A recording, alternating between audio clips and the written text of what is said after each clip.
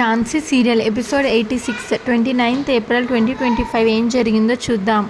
ఝాన్సీ పిల్లలతో ఉండండి నేను అక్కకి కాల్ చేస్తాను అని ఫోన్ చేస్తే నాట్ రీచబుల్ అని వస్తుంది. ఏమైంది పిన్ని అని స్వీటీ అడిగితే కాల్ కలవట్లేదు అని చెప్తుంది ఝాన్సీ. ఎన్నిసార్లు ఫోన్ చేసినా నాట్ రీచబుల్ రావడంతో ఝాన్సీ పిల్లలతో మీరు ఇంట్లోనే ఉండండి, నేను వెళ్ళి రాణి అక్కని మీ ప్రోగ్రెస్ కార్డ్స్ని తీసుకొని వస్తాను అని చెప్పి వెళ్తుంది ఝాన్సీ. రాణి ప్రోగ్రెస్ కార్డ్స్ పట్టుకొని స్కూల్ దగ్గర నుంచొని ఉంటుంది. ఎవరో ఒకతను హెల్మెట్ పట్టుకొని వస్తాడు అక్కడికి. ఝాన్సీ కంగారుగా ఆటోలో వస్తుంది. ఆ హెల్మెట్ పెట్టుకున్న వ్యక్తి రాణి దగ్గరికి వచ్చి నించుంటాడు. రాణి అతన్ని చూసి ఎవరు మీరు అని అడుగుతుంది. రాణికి గుర్తొస్తుంది స్వీటీ చెప్పిన మాటలు. పిన్ని స్కూల్ దగ్గర ఒక అంకుల్ వచ్చి మమ్మల్ని భయపెట్టాడు అని రాణికి గుర్తొచ్చి అమ్మో వాడే వీడు అని అనుకుంటుంది రాణి. రాణి వెళ్ళిపోబోతుంటే చేయి పెట్టి ఆపుతాడు. పక్కకి తప్పుకోండి అంటే అరిచావనుకో మళ్ళీ అరవడానికి నువ్వు ఉండవు, అరవకు. ఏంటి భయంగా ఉందా? మరి ఝాన్సీకి పిల్లలకి నేనంటే భయం లేదేంటి? తెల్లారేసరికల్లా ఇంట్లో నుంచి వెళ్ళిపోమంటే వెళ్ళిపోలేదు కదా. మీరు మాట తప్పారు కానీ నేను మాట తప్పను, బట్ ఫర్ ఏ చేంజ్ ఆ ఝాన్సీ పిల్లల కంటే ముందు నిన్ను పైకి పంపిస్తాను అని కత్తి తీసి పొడవబోతాడు. తనకి భయం వేసి ఒక్క తోపు తోసి పరిగెత్తుకొని వెళ్ళిపోతుంది రాణి. రాణి పరిగెడుతుంటే తన వెనకాలే కత్తి పట్టుకొని తరుముతాడు. పరిగెడుతూ రాణి ఝాన్సీ ఉన్న ఆటోకి వచ్చి గుద్దుకొని కింద పడుతుంది. అది చూసి ఝాన్సీ వెంటనే రాణి అని ఆటో దిగుతుంది. ఝాన్సీని చూడంగానే ఆ వ్యక్తి చాటుగా వెళ్ళి దాక్కొని చూస్తాడు. ఏమైంది రాణి, ఏం జరిగింది, ఎందుకు పరిగెడుతున్నావు అని అడిగితే ఆ రౌడీ నన్ను స్కూల్ దగ్గరికి వచ్చి బెదిరించాడు అని జరిగింది మొత్తం చెప్తుంది రాణి. ఆ రౌడీ చాటుగా నించొని చూస్తాడు. ఝాన్సీ రాణి నువ్వేం భయపడకు, వాడు పారిపోయినట్టున్నారు, బాబాయ్ కొంచెం వాటర్ ఇస్తారా అని ఆటో డ్రైవర్ దగ్గర వాటర్ తీసుకొని రాణికి ఇస్తుంది. రాణి ఝాన్సీ ఆటో ఎక్కి ఇంటికి వెళ్ళిపోతారు. అది చూసి ఆ రౌడీ ఛా అనుకొని అక్కడి నుంచి వెళ్ళిపోతాడు. మృణాల్ని స్టేషన్కి వస్తుంది. గౌతమ్ అడుగుతాడు, ఎంక్వైరీ చేస్తాడు. రౌడీల్ని పెట్టి పిల్లల్ని భయపెట్టారని ఝాన్సీ గారి అభియోగం మేడం. దానికి మృణాల్ని అది అభియోగం మాత్రమే అని అంటుంది. గౌతమ్ లేదు మేడం, పిల్లలు ఇంట్లో ఉండడం ఇష్టం లేక మీరే అలా చేస్తున్నారు అంటే అది పచ్చి అబద్ధం అని మృణాల్ని అంటుంది. గౌతమ్ ఏది పిల్లలు ఇంట్లో ఉండడం ఇష్టం లేదు అనేదా అని అడుగుతాడు. మృణాల్ని చూడు గౌతమ్, ఇష్టం అయిష్టాలని బట్టి నేరం ఆరోపించకూడదు అని చెప్తుంది. దానికి గౌతమ్ లేదు మేడం, ఝాన్సీ గారు చాలా బలంగా మిమ్మల్ని అనుమానిస్తున్నారు అంటాడు గౌతమ్. మృణాల్ని ఏదైనా ప్రూఫ్ ఉందా? ప్రూఫ్ లేకుండా సిల్లీ క్వశ్చన్స్ అడగండి అంటుంది. గౌతమ్ ఓకే మేడం, అయితే ఆ ఇన్సిడెంట్ జరిగిన టైంలో మీరు ఎక్కడున్నారు అని అడుగుతాడు గౌతమ్. ఏ ఇన్సిడెంట్ అని అడుగుతుంది మృణాలిని. అదే మేడం ఝాన్సీ మీద జరిగిన అటాక్ అని అంటాడు గౌతమ్. దానికి మృణాలిని ఝాన్సీ మీద జరిగిన అటాకా పిల్లల మీద జరిగిన అటాకా అని అడుగుతుంది. గౌతమ్ పిల్లల మీద జరిగిన అటాక్ అని అంటాడు. సరిగ్గా ఇన్వెస్టిగేట్ చేయండి సిన్సియర్ ఎస్ఐ గారు అంటుంది మృణాలిని. గౌతమ్ చెప్పండి ఆ రోజు ఎక్కడున్నారు అని అడిగితే మృణాలిని చూడండి ఎస్ఐ గారు, మీ క్వశ్చన్స్ స్పెసిఫిక్గా క్రిస్పీగా ఉంటే నేను క్రిస్పీగా ఆన్సర్ ఇస్తాను, అంతేగాని ఆ రోజు అంటే ఆ రోజులో 24 గంటలు ఉంటాయి. 24 గంటల్లో ఈ మృణాలిని షెడ్యూల్ చాలా టిపికల్గానే ఉంటుంది. 1 గంట నా ఆఫీస్లో ఉండొచ్చు, 1 గంట క్లయింట్తో మీటింగ్లో ఉండొచ్చు, ఆ తర్వాత బార్ కౌన్సిల్ ఆఫీస్కి వెళ్ళి ఉండొచ్చు, ఏదైనా చేస్తూ ఉండొచ్చు. ఓకే, మీరు స్పెసిఫిక్గా ఒక టైం చెప్తే ఆ టైంలో ఎక్కడున్నాను అని చెప్తాను అంటుంది మృణాలిని. ఈవినింగ్ 4:30 టైంలో ఎక్కడున్నారు అని గౌతమ్ అడిగితే ఐ థింక్ నా ఆఫీస్లోనే అంటుంది మృణాలిని. ఆ టైంలో ఏం చేశారో గుర్తుందా అని గౌతమ్ అడిగితే మీరు ఇప్పుడు స్టేషన్లో ఏం చేస్తున్నారు అంటుంది మృణాలిని. నేను నా డ్యూటీ చేసుకుంటున్నాను అంటాడు గౌతమ్. నేను కూడా ఆ పనిలోనే ఉన్నాను అంటుంది మృణాలిని. ఆ టైంలో మీరు ఒక్కరే ఉన్నారా, మీతో పాటు ఇంకెవరైనా ఉన్నారా అని గౌతమ్ అడిగితే మీకు మీ కానిస్టేబుల్స్ ఎలా ఉంటారో నాకు నా అసిస్టెంట్స్ అలానే ఉంటారు. మీరు నన్ను ఎన్ని క్వశ్చన్స్ అడిగినా మీరు అడిగిన క్వశ్చన్ కంటే నా దగ్గర ఆన్సర్స్ ఎక్కువగానే ఉంటాయి. నేను ఆన్సర్ చేయడానికి రెడీగా ఉన్నాను, కానీ ఉపయోగం లేదు. ఖాళీ డబ్బాలో చేపెట్టి ఎంత వెతికినా ఏమీ దొరకదు కదా. అలాగే ఈ కేసుకి నాకు ఏ సంబంధం లేదు అంటుంది మృణాలిని. అప్పుడు గౌతమ్ గత వారం రోజులుగా మీరు ఎక్కడికి వెళ్ళారు, ఎవరితో ఏం మాట్లాడారు అన్నీ ఎంక్వైరీ చేస్తున్నాం. ఇవన్నీ ఈ 1 వీక్లో మీరు మాట్లాడిన ఫోన్ నెంబర్స్ అని చూపిస్తాడు గౌతమ్. అప్పుడు మృణాల్ని ఏంటో కొంతమంది అమాయకత్వానికి నవ్వాలో ఏడవాలో కూడా నాకు అర్థం కాదు. ఫోన్ నెంబర్స్ ఏం కర్మ, కాల్ డేటానే తీసుకోవాల్సింది.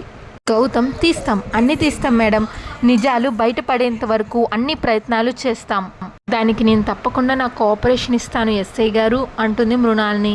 మీకు నిజం తెలియాలని నా ప్రయత్నం కూడా, నిజం తెలిసిన తర్వాత కానీ మీకు అర్థమవుతుంది ఈ కేసుకి నాకు ఏ సంబంధం లేదు అని అంటుంది మృణాల్ని. గౌతమ్ ఓకే మేడం, ఇక మీరు వెళ్ళొచ్చు, ఏదైనా అవసరం అనుకుంటే ఫోన్ చేస్తాను అంటే నిజంగా వెళ్ళొచ్చా అంటుంది మృణాల్ని. నిజంగానే వెళ్ళొచ్చు అంటాడు గౌతమ్. అప్పుడు మృణాల్ని అయితే మీ స్టేషన్కి వచ్చిన లేడీ లాయర్స్కి కాఫీలు టీలు అందిస్తారంట కదా, మరి నాకేమీ ఇవ్వలేదే అంటుంది మృణాలిని. అప్పుడు గౌతమ్ కానిస్టేబుల్ అని పిలుస్తాడు. అప్పుడు మృణాలిని అక్కర్లేదు, నేను ఎక్కడ పడితే అక్కడ ఏమీ తినను ఏమీ తాగను అని చెప్పి అక్కడి నుంచి వెంటనే లెగిసి వెళ్ళిపోతుంది మృణాలిని. ఇంకా రాణిను ఝాన్సీ ఆటోలో వెళ్తారు. రాణి ఇంకా కంగారు నుంచి బయటికి రాదు, అంతే చెమటలు పడుతూ ఆవేశపడుతూ ఉంటుంది. ఝాన్సీ ఏంటి రాణి నీ ఫోన్ ఎందుకు కలవలేదు అంటే నా ఫోన్ స్విచ్ ఆఫ్ అయిందక్క అంటుంది రాణి. అది స్విచ్ ఆఫ్ అయిపోయింది, నేను చూసుకోలేదు అంటుంది రాణి. అయ్యో నీ ఫోన్ కలవకపోయేసరికి నాకు కంగారేసింది, అందుకే నిన్ను వెతుక్కుంటూ వచ్చాను అంటుంది ఝాన్సీ. నువ్వు రాకపోతే నా పరిస్థితి ఏంటక్క అని రాణి అడిగితే, రాణి నేనున్నాను కదా నీకేం కాదు ధైర్యంగా ఉండు అంటుంది ఝాన్సీ. వాడికి ఎంత ధైర్యం ఉంటే నీ మీద అటాక్ చేస్తాడు, ఉండు వాడి పని చెప్తాను అని గౌతమ్కి ఫోన్ చేస్తుంది ఝాన్సీ. చెప్పండి ఝాన్సీ గారు అంటే, మీరు వెంటనే ఇంటికి రండి సార్ అంటే, ఎందుకు అని అడుగుతాడు గౌతమ్. చెప్తాను సార్ మీరు ఇంటికి రండి అని చెప్తుంది ఝాన్సీ. మీరు ఇంట్లోనే ఉన్నారా అని గౌతమ్ అడిగితే, లేదు సార్ నేను ఇంటికి వస్తున్నాను, ప్రోగ్రెస్ కార్డ్ తీసుకుందామని రాణి స్కూల్కి వెళ్తే అక్కడ రాణిని రౌడీ అటాక్ చేశాడు అని చెప్తే, ఓ మై గాడ్ నేను ఇప్పుడే వస్తున్నాను అంటాడు గౌతమ్.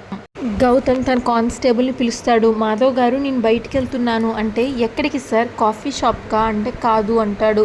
అయితే సినిమాకా అని అడుగుతాడు కానిస్టేబుల్. గౌతమ్ సీరియస్గా చూస్తాడు.